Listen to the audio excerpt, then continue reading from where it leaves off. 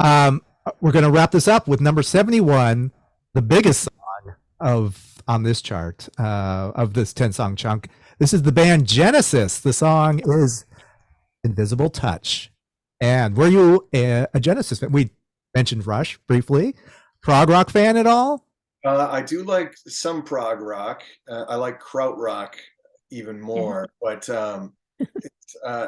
this era of Genesis, I can give or take. There are some ones that stick with me. This one was played too much. It was the I heard it too much syndrome.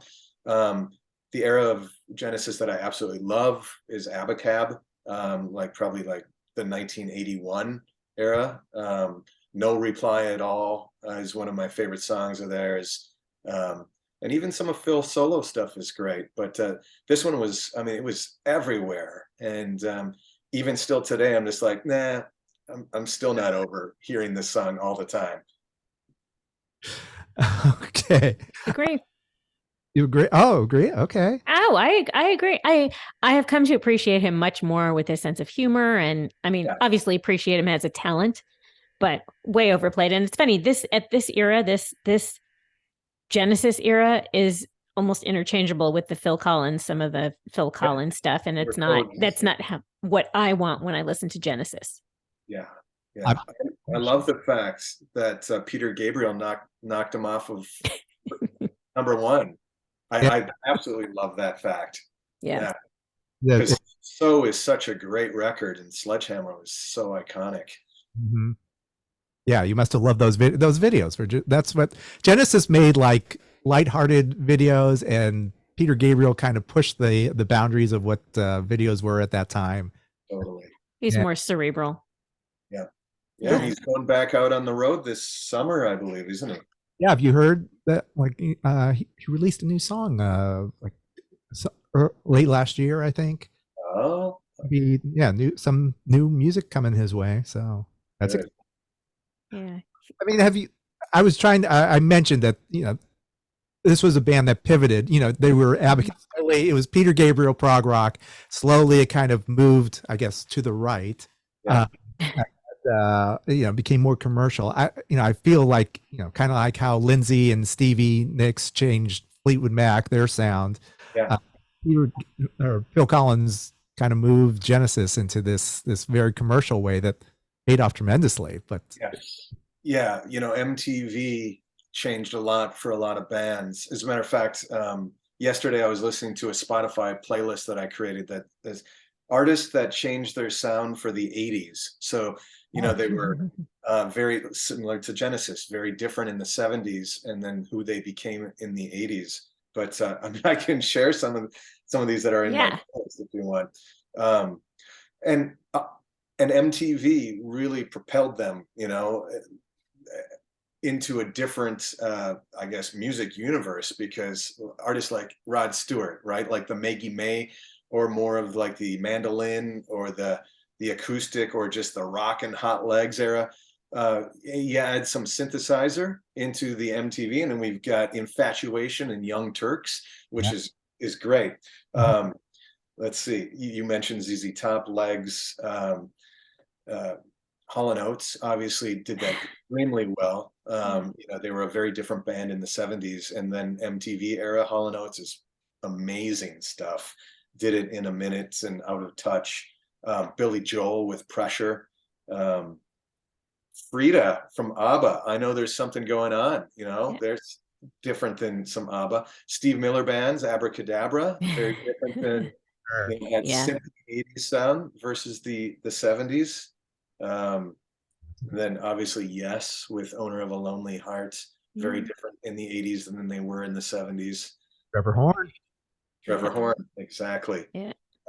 Asia, The Tubes, Jefferson Starship. Yep. Yeah.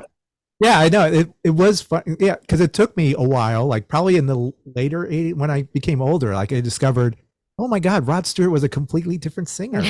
Wow, how cool is it? I mean, it was like a new discovery for me when I suddenly heard this stuff. Like I wasn't a Bob Dylan fan in the 80s because I couldn't connect to any of that, or Neil Young. They were trying to do their 80s thing, and I just didn't connect with me. it wasn't until later, and you start getting gray hair and it's all that stuff. Like, and you start going back, like, oh my God, these artists are amazing. You just have to, just look a little bit further back, and you'll find it. And now going forward, they're still making great stuff too. So Totally. Yeah. We have the opposite, Dave, with Rod Stewart, because my parents listened to a lot of this stuff when I was growing up. So I appreciated the early rock before some of these bands pivoted. Like I'm not a huge fan of Rod Stewart in the 80s. Yeah. But Rod Stewart in the 70s. Yeah. And you mentioned some of the names. I mean, you're right there in the Laurel Canyon scene. Is that something that you guys groove on as well? Totally. Yeah, we talked to the director of what was it? Was it called Laurel Canyon? Yeah, Laurel Canyon. Or oh no, I was thinking of the what's his name's movie. What's Echo in the Canyon? But no, Laurel Canyon was the Allison Elwood. Allison Elwood directed it, and we talked to her. Yeah, directed the Go-Go's documentary, but she put out recently did or a couple of years ago put out a documentary on Laurel Canyon. That's great. Definitely worth seeing if you're into it. Do you like that kind of music, Jake? I do. I respect that scene a lot. We'll take you through Laurel Canyon. We'll show you Love Street and nice. I haven't seen the documentary though, so I should definitely do that. I didn't know until he sadly passed away, David Crosby, that he introduced Joni Mitchell to the world. I didn't realize that. Yeah, he heard her playing and wow. He got her signed to. He introduced her to David Geffen. Yeah, another great documentary or biopic, that Geffen one. If you haven't seen that yet, I'd recommend. I haven't seen it. Okay, I haven't seen the Crosby documentary yet. Yeah. You watch like a documentary on David Geffen, and you're just like, what am I doing with my life? How do I can't believe what kind of life some of these cats have had and how inspiring they are, how they just rock it and they go out and do it. And it makes you want to just, try your best and keep going. Just like you guys are with this podcast, which is great.